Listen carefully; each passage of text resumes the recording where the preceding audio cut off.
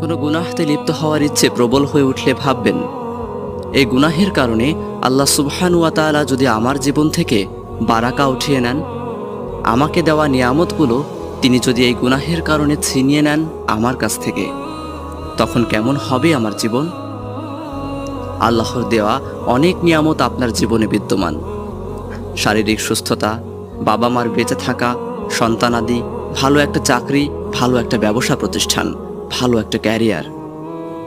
আপনি ভাববেন যে পাপে আপনি এখন লিপ্ত হতে যাচ্ছেন, তার শাস্তি হিসেবে যদি আপনার শরীরে বাসা বাঁধে কোনো মরণ ব্যাধি, যদি বাকি জীবনটা আপনাকে দৌড়াতে হয় হাসপাতাল থেকে হাসপাতালে, কেমন হবে তখন জীবন?